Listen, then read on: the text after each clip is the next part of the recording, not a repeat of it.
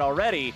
Do you respect that pick that isn't really a thing in your home region, but you want to disable it from this team that might be able to do some amazing things with it? And Cloud9 says, no, we're not worried about that. We're just going to play to the game that we planned on. Trist, Sejuani, Kalista, Syndra, Thresh, and Elise all banned away as Xayah is first picked by C9. Now, oNe are more than happy to pick themselves the Kog'Maw, but they're going to go for a blind pick powerful mid laner to get Barusa on just a little bit more control, but this is giving away a very powerful bottom lane to the opposition. In a place like Europe, and I feel like in North America, getting the Xayah Rakan bot lane is like a dream come true, especially if you can round things out with a Gragas as well. That's like heaven for the meta composition because you're guaranteed a strong, powerful, heavy engage, winnable, getting even kill potential down the bottom lane, and you have this well-rounded jungler who offers engage, who offers peel, everything you could possibly want. How will Team One respond to this? I kind of want to bring up a quote from Talkers, another one of the big names in the CB LoL, talking about Team One. And this is kind of some of the frustrations that some of the other teams have had playing against them in that unorthodox forging their own meta style that you were talking about, Vedius, where he said, these guys sometimes seem like they're amateurs who don't know exactly where they are and what they're getting themselves into. They like to scream and talk trash and taunt, and they pick champions that nobody thinks should work, and then they win. And that's what the competition says about this team, so they're not worried about what Cloud9's doing. They're just saying, oh, you want Xayah Rakan? All right, we're going to play our game.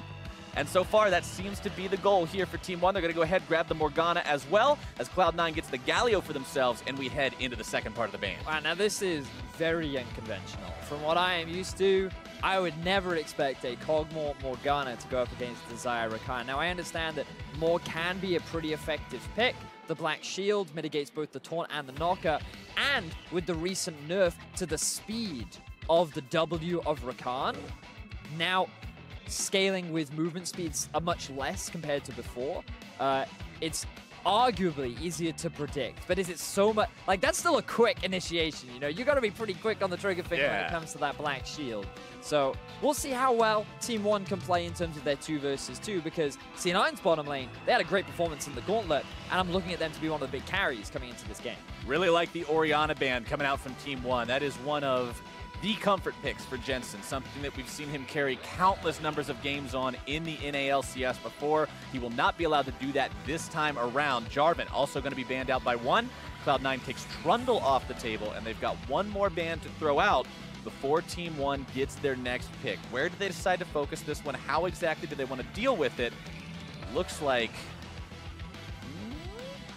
Mundo. Now that is a big respect ban over to Vert. During their final, Vert brought out the Mundo, I believe, twice during that series, and it was pretty annoying to deal with. Very split push heavy, very much drawing a lot of attention. People thought that with Bramble Vest it would be a big answer. Well, when Vert plays it, it doesn't seem to be. So definitely showing an element of respect towards the Brazilian representatives. And here we go, Vedius, another carry jungler going to be locked in here. We got to see the Lee Sin in game number 1 coming out from Lion Gaming. Now Team One eSports picking up the Nidalee for themselves, going up against Cloud9. Now this is a risky composition, Flower. Yes, they have no real front line for the side. They have no any kind of front line, real or imaginary. None of these guys are tanks. Do you know what they do have, Flowers? Double Unsensor. If you guys have checked out my recent picks to watch, one of the things I covered in there was the Nidalee, which has been bringing out more of the supportive style playstyle. Contracts himself brought it out during playoffs or the Gauntlet, one of the two, but he's definitely familiar with the build. And when you have double AD carry, who wouldn't want that second answered sensor coming out to give you that strong mid-game spike? Cloud9 going to grab their own jungler in that Rek'Sai for contracts, and now we might get to see that LeBlanc go through for these guys, and it looks like they will lock that one in for Jensen. Ooh, exciting, exciting. And I love this from Team One. Remember that the Galio was locked in at the end of the first rotation, yet ONE said, okay, you know what? We think that that's still more likely going to be a top laner, so we're just going to keep banning away mids, try and force Jensen off of his comfort powerful mid laners, but he's still able to get one. You mentioned Rift Rivals earlier. He had an extremely impressive performance on the LeBlanc lane, and he's continued to demonstrate that throughout the regular season of North America. Not surprised to see Team One lock in the Gnar as their final pick here. They like to split push. You already said it. The top lane is how they like to play their games, and putting Vert on a champion that's capable of doing that is all in the game plan. So you can already see the 1-3-1 coming out from Team One. Very much the style that they have had so much success with within their region. You send Lucian off onto one side lane, Gnar off to the other. You get yourself a healthy man and magic resistance to deal with the LeBlanc. And now you're just trying to divide this C9 composition up that is pretty strong at team fighting, but also has this great early game potential with both the LeBlanc and the Rek'Sai. Rek'Sai has been rising in popularity recently, and I'm excited to see him in the hands of Contracts, who to me comes across as this jungler who can and likes to make early game plays, especially set up Jensen for success when he's on these assassin-style minutes. Yeah, there's so many things up in the air now that we're wondering who's going to step up for Cloud9. Like, this team was a team that throughout the course of the regular summer split, Jensen was the one who had to do a lot of the heavy lifting. And then we got to see Sneaky really show up during the gauntlet, especially against CLG. Had some amazing hero plays there. But Impact's also another guy that I want to keep my eye on this game, Vedius. Because if you're going up against a team who wins through split pushing, who wins through getting the top laner ahead and having that kind of pressure, well, your top laner needs to be able to deal with that. Exactly that. And we had a lot of chats, Captain Flowers, about Impact's performance, how it was fairly mixed during the regular season. It seems to get better throughout the second half of the split, and then coming into playoffs and the gauntlet, he seemed to really come into his own. He really did seem to have, ironically, a significant impact on the performance of Cloud9. And we'll have to see if he can keep that impact up as they go up against Team One eSports, Cloud9's first game here in Worlds 2017. And like the analysts were showcasing on the desk, Cloud9 doesn't seem too intimidated by the prospect of their opponents here during the play-in stage. They seem to be pretty confident in their ability to win on this one. I mean, Jensen's quote about, "I still don't know who I'm playing against," after watching the play-in draws. What surprise! Oh, you're playing against Team One. There you go. Well, looks like you're playing up against Team One, specifically Bruiser here on the Lucian there in the mid lane. Jensen's LeBlanc, always a lot of fun to see. Maybe he can go off, carry this game, do some amazing plays of his own, but he will have to go through Bruiser to do it. So let's talk a little bit about some of the matchups that we're going to have, because from a player perspective, we've got a lot of exciting players. We've also got a lot of exciting champions showing up in this first game, like the Nidalee coming out from Forland. This guy, young player from CBLOL, but a big playmaker, very cocky. What you will see from him is that he likes to yell at his opponents. Just like we heard from Talkers. Yeah. They yell and they scream and they taunt. Exactly, but this guy specifically, when you watch his player cams in the finals, every time his team gets a kill, he's up, he's bumping around, he's like, yeah, do you see that play, do you see that play? This guy has a lot of confidence, and he rides a lot on tempo and advantage and pressure. And Nidalee is a great champion for being able to get that, especially against tanky junglers, because you run into the enemy jungle, you steal away all their camps, and the tanky jungler cannot trade against the early game skirmishing that a Nidalee can provide. But a Rek'Sai, not quite your conventional early game tank, can really match some of the early skirmishing power that Nidalee is looking to provide. Along with what we're expecting to see based on champions, I also want to touch a little bit on summoner spells, because we do have some mismatches this game. Teleport from Jensen's LeBlanc there in the mid lane. Sneaky and Smoothie getting very aggressive at level 1. Smoothie going in there with the grand entrance, but you've got Teleport compared to the Ignite on the LeBlanc compared to the Lucian there in mid lane. And bottom lane, Smoothie's packing Ignite on this Rakan, but over on the other side, it's Barrier for Absolute. The heal is on Redbird.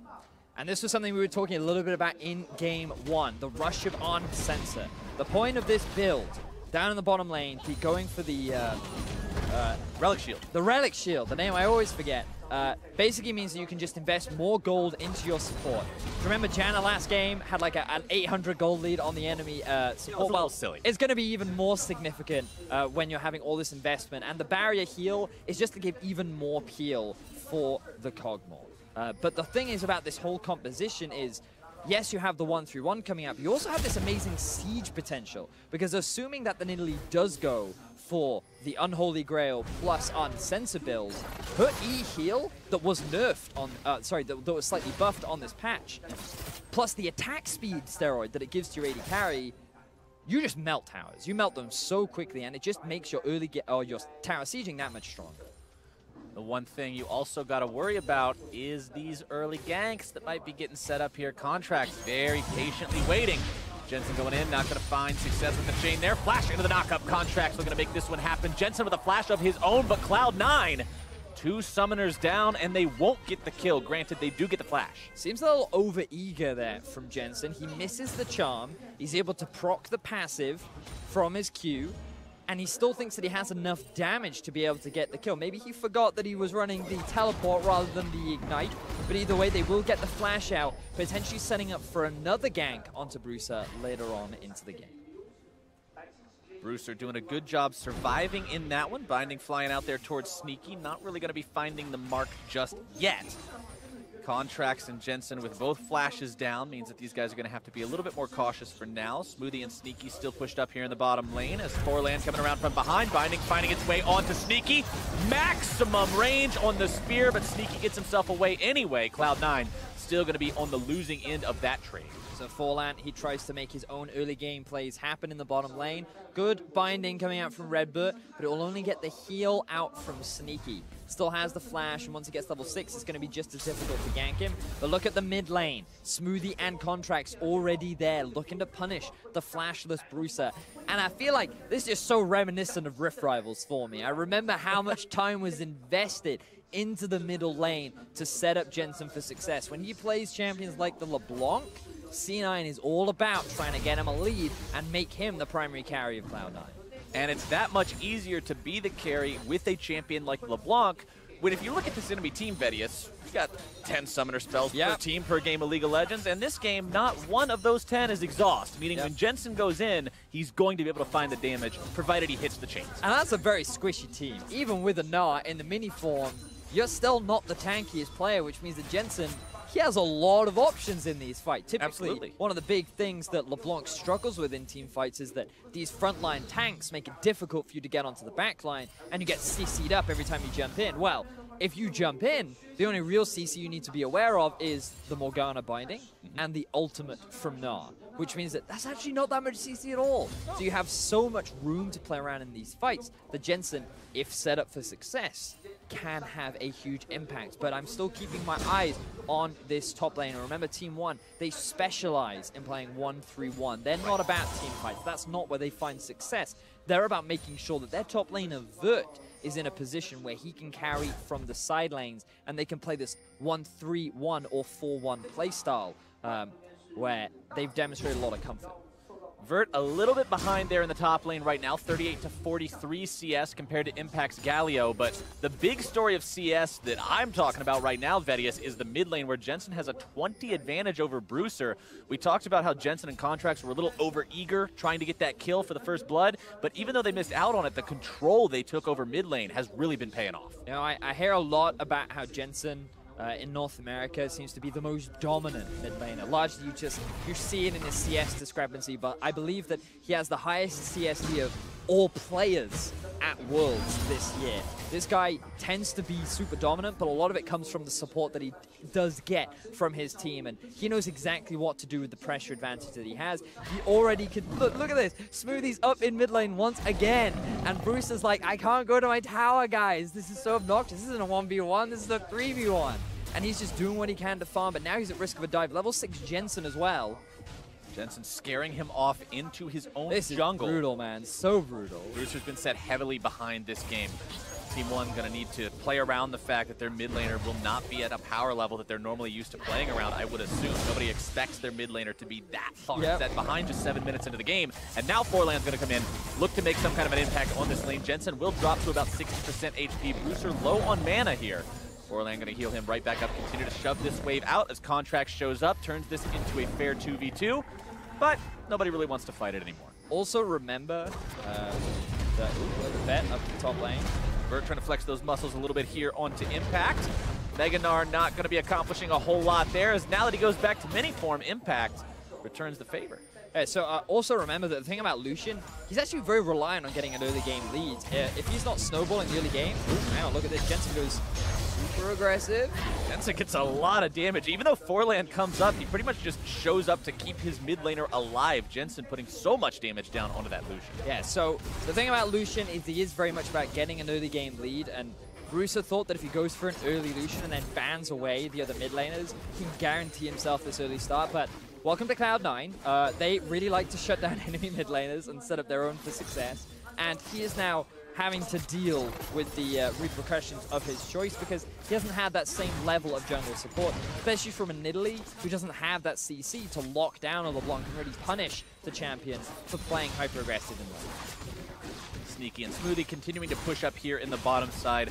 Small CS lead for them as well. Speaking of CS, I do want to turn attention back up to the top side because Vert does now have a bit of an advantage over Impact 2, which is what you want to see if you're Team 1. Remember, this is the win condition. This is the guy that they're always going to be looking at to set them up for success.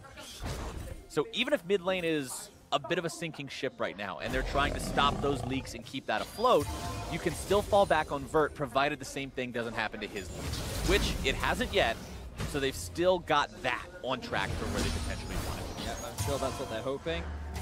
Meanwhile, Bruiser, again in the middle lane, just really suffering from the pain. Now has some lifesteal, so that will help him a little bit.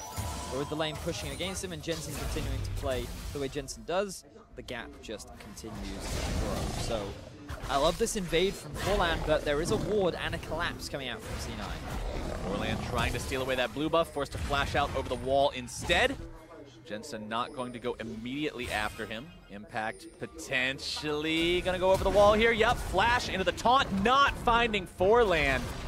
Not what Cloud9 needed to see there. Impact just a smidgen too far away as the root comes down onto Contracts. The culling comes out. He loses about 3/4 health from that, and C9's forced to retreat. So Redbird makes his way up to help the rest of his team because he notices that Smoothie's trying to set up a roam. Both AD carries left in the bottom lane, but nothing really gained for C9 so far in this early game. So return to farm.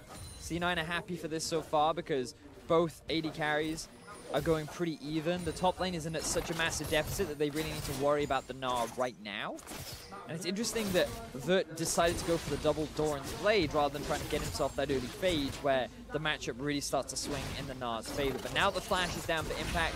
I'd love to see a bit of pressure from Forlan up into the top lane. Try and get this Gnar into a position where he can be the split push threat and maybe even draw the LeBlanc away from the rest of the team to allow Bruiser to then come back into the game. 10 minutes, nearly 11 minutes into the game, Vedius, and we still have no objectives claimed, no kills taken. Cloud9 trying to change that now with plenty of pressure here into the mid lane. Smoothie jumping around, keeping his allies protected. More damage going to be applied to this turret, but the rotations do show up from Team WE. Not from Team WE, that was last game, from Team 1. I see an E in the name and I immediately revert to the wrong place, but Team 1 does get their guys in place in time, which means that they will protect that turret from too much damage. So now C9, they're setting up for the man in Drake. They have pressure in mid. They've pushed up a wave on bot. They've taken themselves the Scuttle Crab too, and they have the TP on Impact in the event that one try to force the fight. I think they should be able to pick up this objective for free, unless Team 1 are feeling spicy. Jensen losing about half his HP to Vert's rotation. Cloud9, 5 men strong here at the Mountain Drake, not allowing Team 1 to get in there and contest that one, and they will get themselves the first objective of the game. So Impact TP's in preemptively in the anticipation that one might try to answer, and they're fine with this because Jensen has the TP as well. Here comes the ulti from Bruiser, and Jensen goes in. Jensen going in, finding the chain this time. Bruiser going to be taken low. The root is there. The entrance from Impact will make an impact indeed. First blood for Jensen. Now going to be taken out by Forlan in retaliation. Impact needs to find his way out of this one. Vert and Forlan looking to find this 2 versus 1 kill. Vert, plenty of damage on that Gnar. Continuing to come through on that one. One last auto attack. The boomerang is going to be sidestepped, and the charm for the reversal for Contract. Forlan tried to give the kill over to his top laner. He wanted to set up Vert for success, but then Contracts comes out at the clutchest moment. The follow-up from Smoothie as well provides enough CC to lock down Vert, enabling them to get the turnaround kill. You can't make those kinds of plays. Forlan now trying to protect his own red buff, not able to do so, but just take the kill. Fire off the auto attack, put that 300 gold under your belt instead of just not getting it at all. Here's a replay of how Jensen found Bruiser. So Bruiser still doesn't have his flash up. He wanted to just clear the wave and back off, but unfortunately for him, Impact was here. The one laner that hasn't showed up in mid yet finally arrives to the party, is able to get Jensen a kill, and then you'll see Forlan is like, hey, all right, you can take this kill. That's fine, dude. I don't need to get the execute. And then just in the nick of time, the damage reduction from Impact along with the flash knockup, the charm to boot. And the ignite. He threw everything in the kitchen sink in there against him to find that kill in time, and he did do it. Good rotation there from Smoothie, making sure he showed up in time, but Also, something that's probably going to be on the mind of Forlan, knowing that he could have got that kill onto Impact.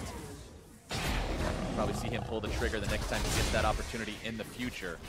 And while the gold lead looks close, unfortunately it's the opposite of game one, where now all of the gold that's on the support of Team 1 is making that gold deficit look much smaller than it actually is, because the mid laner is behind just over 1,000 gold. The AD carries are about even. The jungler from Team 1 also behind.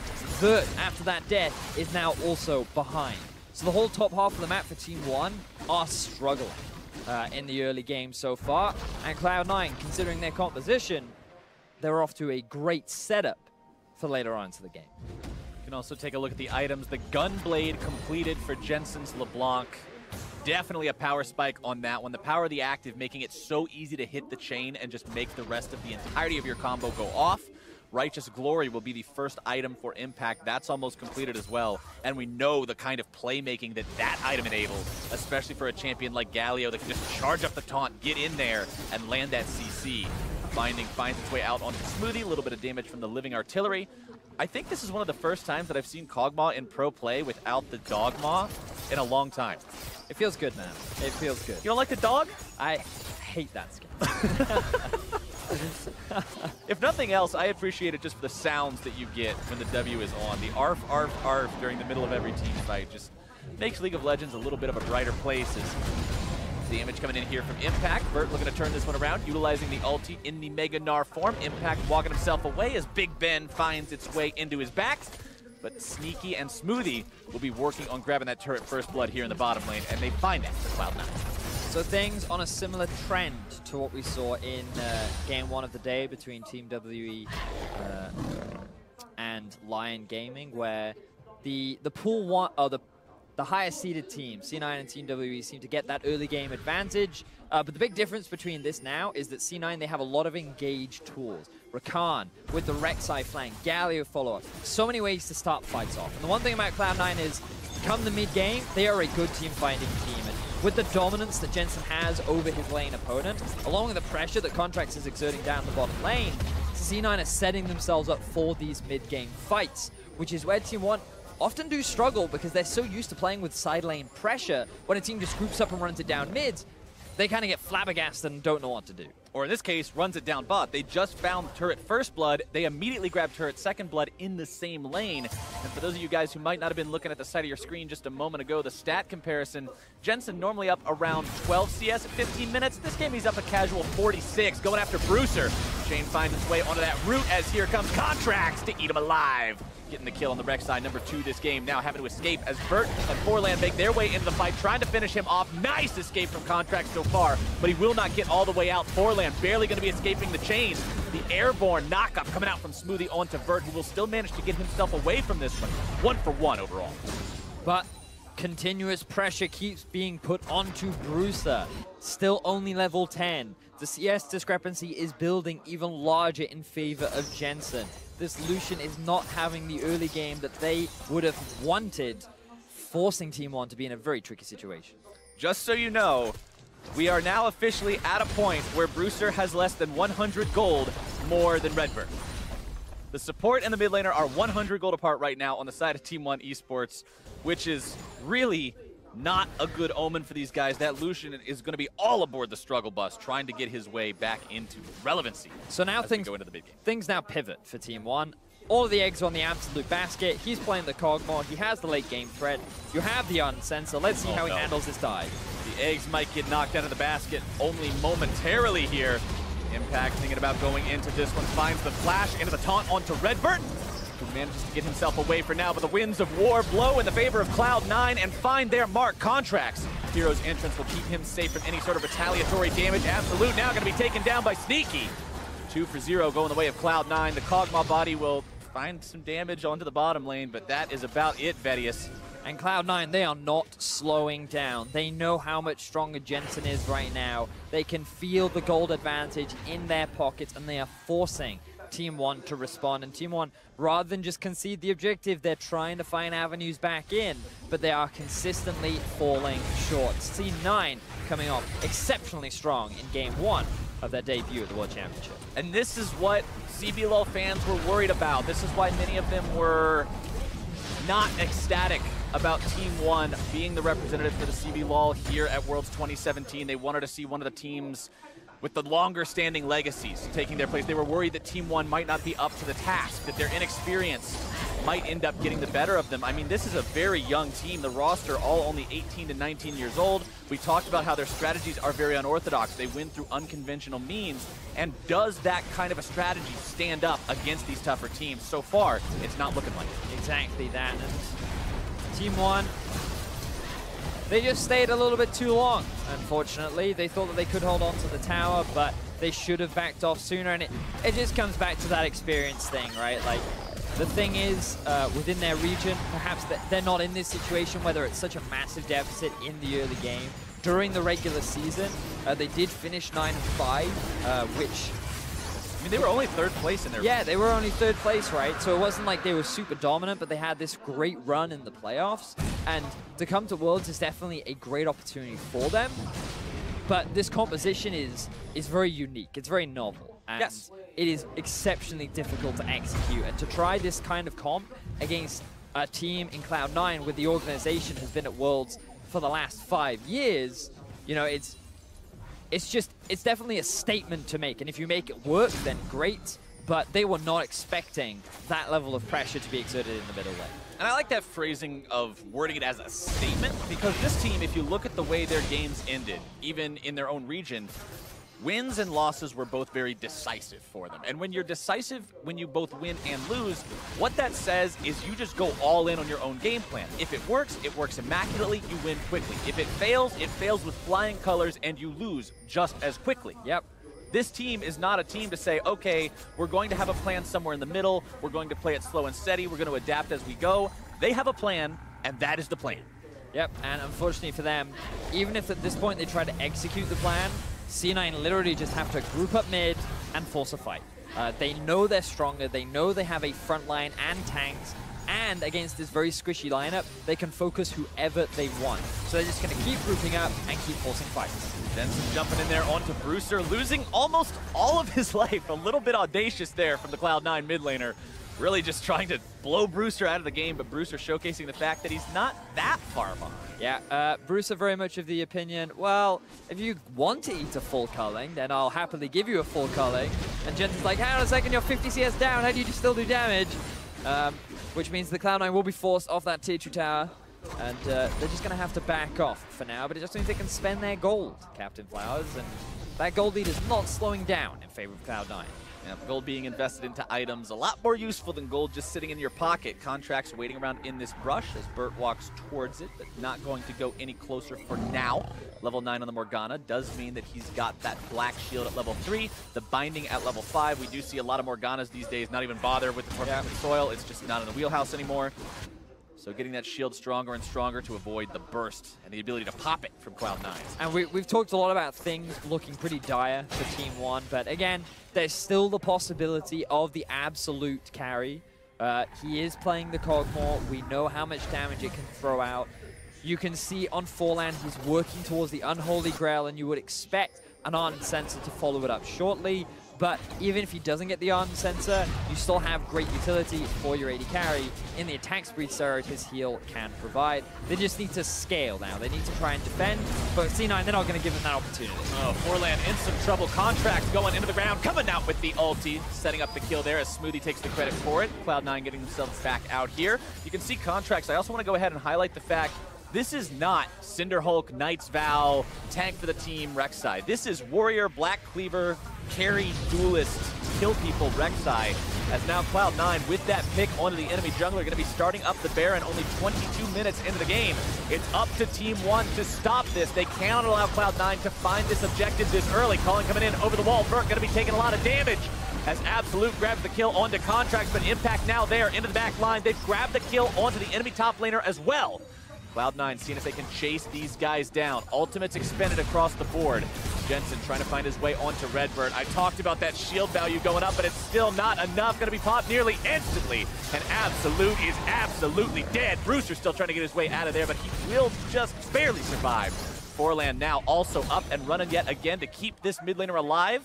I don't know how long that's going to be successful, though. Cloud9 pushing 4 men strong down the mid lane, looking to take out that tier 2. Find it no problem whatsoever and walk themselves away. And I'm loving the team fight focus from C9, utilizing the Baron to force a fight. The enemy has no jungler. They're forced to contest, because if they lose that, the game looks even more dire. So Team One naturally come and try to answer, and C9 go, okay, Vert is the biggest threat to us potentially losing this fight. So I'm not going to run the risk. We're just going to turn onto Vert the moment he goes to Mega Gnar, shut him down, and then there should be no danger. And they did it so cleanly. So again, watch Vert here. He's sitting on the front line. He goes into the Mega Gnar form. Instant collapse. He is not that tanky in the early game. They can easily force him down. But what they don't realize is that Absolute is just chunking through their jungler. You talked about how he went for that full damage build, and he ended up paying for it in that moment. But when it's only a Morgana and a Kog'Maw versus a LeBlanc, C9 can very easily chase this one down, and at the very least, get themselves an objective to add to the 3 kills they put themselves on.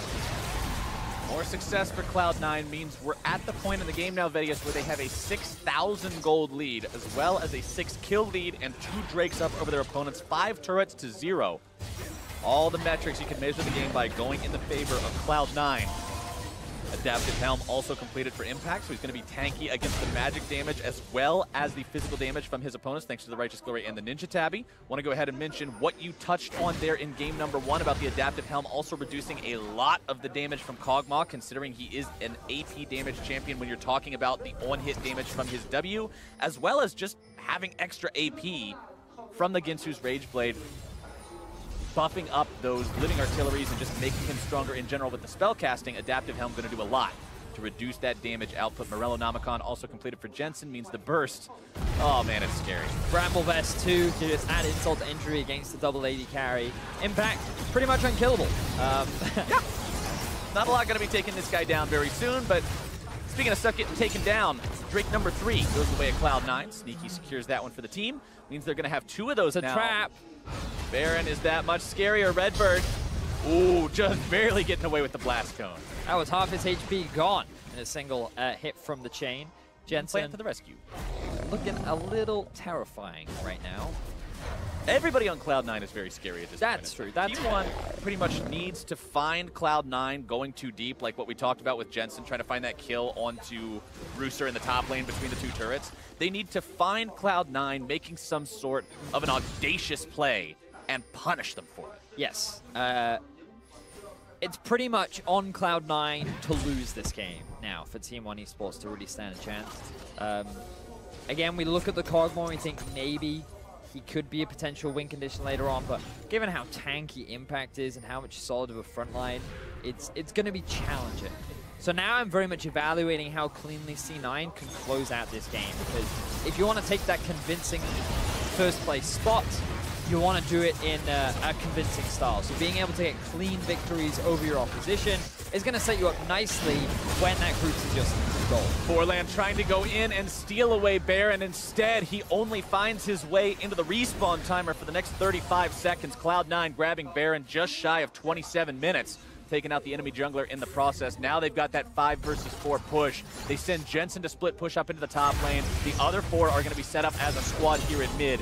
This is the Baron play that ends up making a huge gold impact to the game. I like the attempt from Forlan. If they steal it, they're allowed to stall for longer. They have the potential of winning late game fights.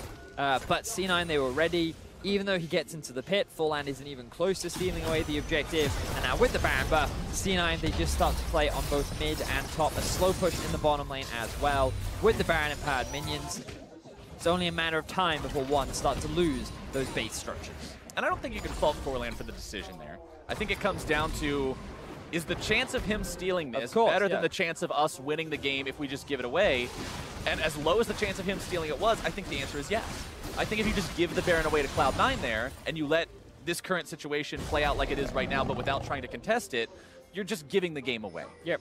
There's only so many things that you can sit by and abide when you're behind, and that is not one of them. Precisely right, Captain Flowers. And speaking of, or going back to rather, the aggressive build of contracts, he's rounding things out with a GA Getting that extra AD in there along with the ability to respawn. Super obnoxious to see that early game item. Now Absolute is in some danger. Oh, Smoothie wants to go after him, but he's not quite able to find his way in there with the quickness. Tier 3 turret going down, though. Impact going into the full lines of Team 1. Not going to find any kills just yet, but Cloud9's not even concerned about that. The name of the game for these guys is objectives. They will find the mid lane inhibitor. Jensen still looking to go for the damage onto Redbird, nearly 100 to zeroing him. Vert trying to go in on these guys. Now he's going to get rooted. Now he's going to get taunted.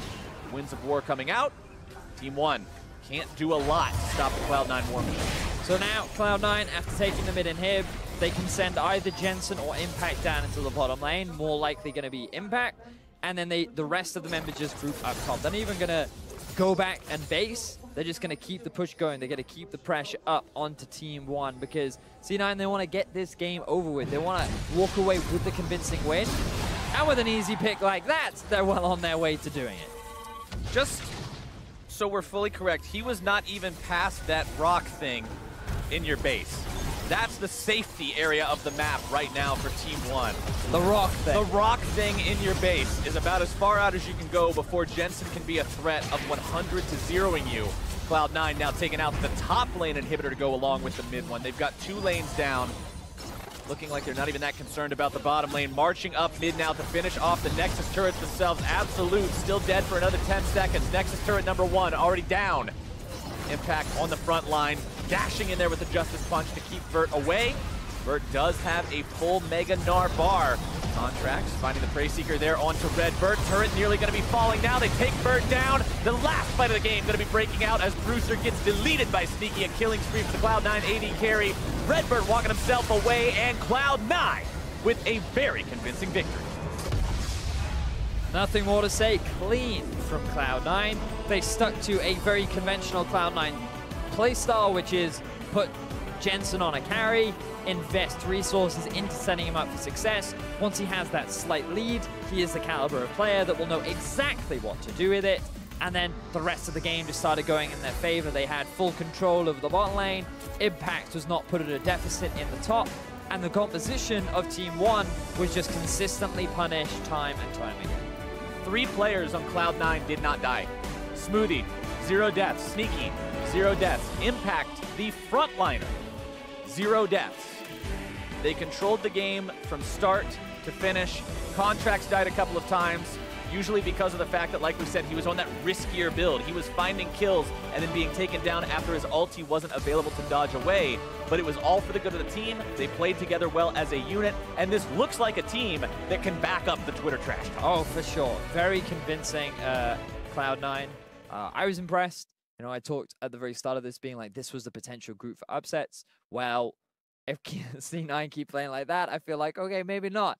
Definitely looking like the heavy favorites in this group now, and it just makes that game versus Direwolves all the more exciting later on, especially with the banter they've been having back and forth. Exactly, and for a lot of these teams from what regions would have been wildcard regions in the past, you're looking at the games up against the Pool 1 seeds as games that are going to be the deck stacked against you. For right? sure, It's going to be difficult. You know that you're working up a hill to deal with those kinds of teams, and Team 1 will definitely have to group up and think about their strategy moving forward in the play-in stage. But to hear more about that Cloud9 win, let's send it over to Dracos and the analysts.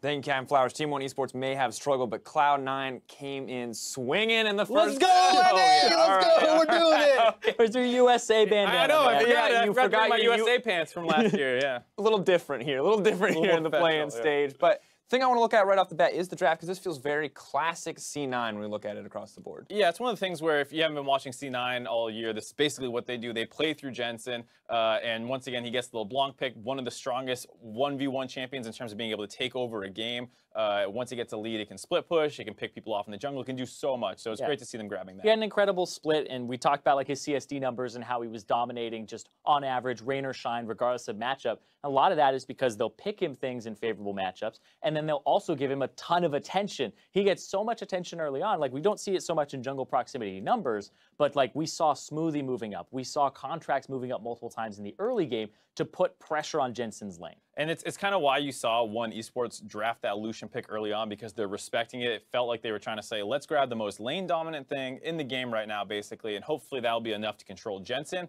The problem with it is that's really not what oNe eSports is known for. Yeah, of course, we know Cloud9 style, so does Team One, and they actually respected that by taking the Lucian away, but Jensen was still able to play a good pick into it and then get attention, but One, like you said, aren't really used to that type of style. They usually play a kind of almost like a CLG type style where it's like everybody is kind of supportive of each other, right? The sum of the parts is actually more. So they actually play things with 1-3-1 compositions, and it's the teamwork, not the laning phase, that they're known for. And that's what makes it so brutal, right? Because you talked about the attention going to the mid lane. We talked about Jensen just being this all-star player, and unfortunately, when you put a player who's maybe not known for his mechanical prowess on a pick like Lucian, it doesn't always work out. And when we take a look at this replay in the mid lane, you can see Cloud9 not worried about it, more than comfortable to execute here when it comes to plays in the mid lane. Yeah. This is one of many ganks that they had thrown at this point in the game. This is the first one that's actually going to connect in a kill. Jensen leads it off, flashing in aggressively. Impact with that follow-up. That's what Zyrene was talking about, how it's not just a jungler ganking form, it's the entire team keying off Jensen. And after Impact is able to help get this kill, the rest of the team's still playing around mid lane. Smoothie's going to move up here, as well as Contracts, make sure that they can try and keep Impact alive. Barely doing so to get that 2-for-1. Yeah, but then they're able to just zip across. Contract's able to play an aggressive jungler with a lot of AD, and they're able to kind of have some other people step up on the team. But like you said, mid lane, the big focus there. C9, this is the most important part of the map. One of our best player is there. Get him an advantage. That was 12 minutes in. That was the third gank that we had seen towards mid lane. Yeah, and when you look at the CS deficit, this is gross. This is the, like, your lane is getting crushed. This is it's my just mid so laner much gold versus their mid laner. Yeah, and Jensen, we have to praise him for playing so well, but also, how does this big of a CS lead happen? Because a lot of this happens even before you see that first successful gank in the mid lane. Yeah, so the gank will come through, and then you have summoner spells traded. But what Jensen ended up doing is having a favorable wave come pushing towards him with a few more caster minions, and he froze it. And when you're in an advantageous situation, you get to play in kind of the middle of that minion wave in the 3/4 of the way for the enemy to walk down your lane, and threaten him. With the LeBlanc especially, because you can distortion chain, and if that lands on a flashless Lucian who doesn't have vision on the sides, you have to kind of reestablish vision to get yourself in a position to break that freeze. And it's such a coordinated strategy with a pick like Lucian, because as soon as he falls behind, he becomes very weak. And Team One is not known for being this aggressive early game team. This is not really opting into their style, so they struggled to know, like, we need to break this freeze this way. We need to get Lucian back into a reasonable situation. And it really got out of hand so fast because this didn't feel like something that they were ready to execute on. And the thing about that exactly is, like, the Lucian pick in particular, like you said, if it gets behind or in this this advantageous situation for their opponent, you don't get to, like, go to other lanes and provide CC. You don't get to go elsewhere and kind of be like, okay, I'm a Syndra roaming, right? You have to kind of break that because he doesn't offer much utility outside of damage. So he has to stay at the status quo of at least getting item breakpoints, and they were able to kind of keep him down with freezes and prevent it. And while Team One Esports may have learned a hard lesson here in Game 1, I do feel like Cloud9 backed up a lot of the confidence they had about coming into the group stage. Because when you come in, we look at WE's performance against Lion, very close, very contested, but Cloud9 crushed. They absolutely were able to, from that point on where Jensen built the lead, bring up this massive gold lead and snowball it out. Yeah, definitely showing that the arrogance that they were showing a little bit in their social media game, not completely out of place. And it is one of the groups, I think, that heading into it, people were more expecting this to be a battle between second and third position, just based off how teams were looking in their own region. So it's not too much of a surprise to see C9 come out here and perform very well. They just need to keep it up over the course of it and not let this one great game get to their heads. Yeah, I don't think anything kind of went to their heads in this game because they threw a lot of respect bans, the Trundle, the Mundo, things that they weren't 100% confident against in the top lane. So they're still respecting their opponents there is what we saw. I do feel like Team One kind of psyched themselves out a little bit, right? Instead of playing their own style, they tried to stop their opponent from playing their style. So what I talked about at the start of the day, proactivity is key in best of ones, and trying to throw your opponent off by playing your style and forcing them to adapt to you is usually the way that you'll come out on top. Well, Cloud9 are going to be playing against a very proactive team later in the day in the Direwolves. Do we feel like this has given them more confidence? The Direwolves have to be scared. Are Cloud9 going to get Zion Rakan again? What is the most important thing if Cloud9 want to keep being successful? Yeah, it's hard to say just because this feels like kind of almost a Direwolves-y strategy where they're trying to play really aggressive. You take the Nidalee jungle, these kinds of things, and already C9 has come out and been like, well, we just smashed that style. So Direwolves, if this was what your game plan was, get ready. We are ready for it. Well, we'll find that out later in the day. Cloud9 came out on top. We're going to see who succeeds in our next game because after the break, Gambit Gaming make their triumphant return to the world stage versus Lion Gaming. But is it going to be so easy after what Lion showed us in Game 1?